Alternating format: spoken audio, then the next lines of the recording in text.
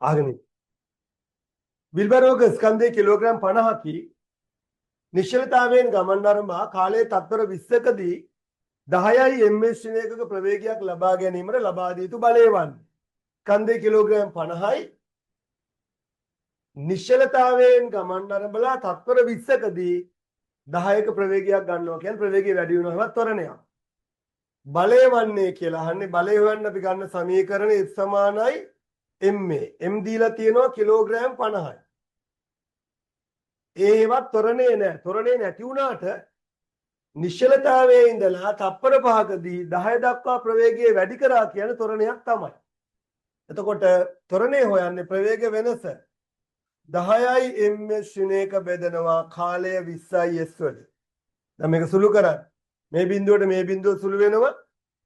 එතන මොකක්ද වෙන්නේ? 50 බෙදීම දෙක නේද වෙන්නේ? 25යි kg/ms මේ s එක උඩට යනවා. මෙතන එන්නේ ms ශ්‍රේණිය එක එන්නේ. මේක උඩට ගියාම ms ශ්‍රේණිය දෙක වෙනවා. ඒතර kg/ms ශ්‍රේණිය දෙකට තනි එකක් තමයි නිව්ටන් කියන්නේ. 25යි නිව්ටන් උත්තරයක් තියෙන්න ඕන. උත්තර එකේම ඔය තියෙන්නේ. 25යි නිව්ටන්.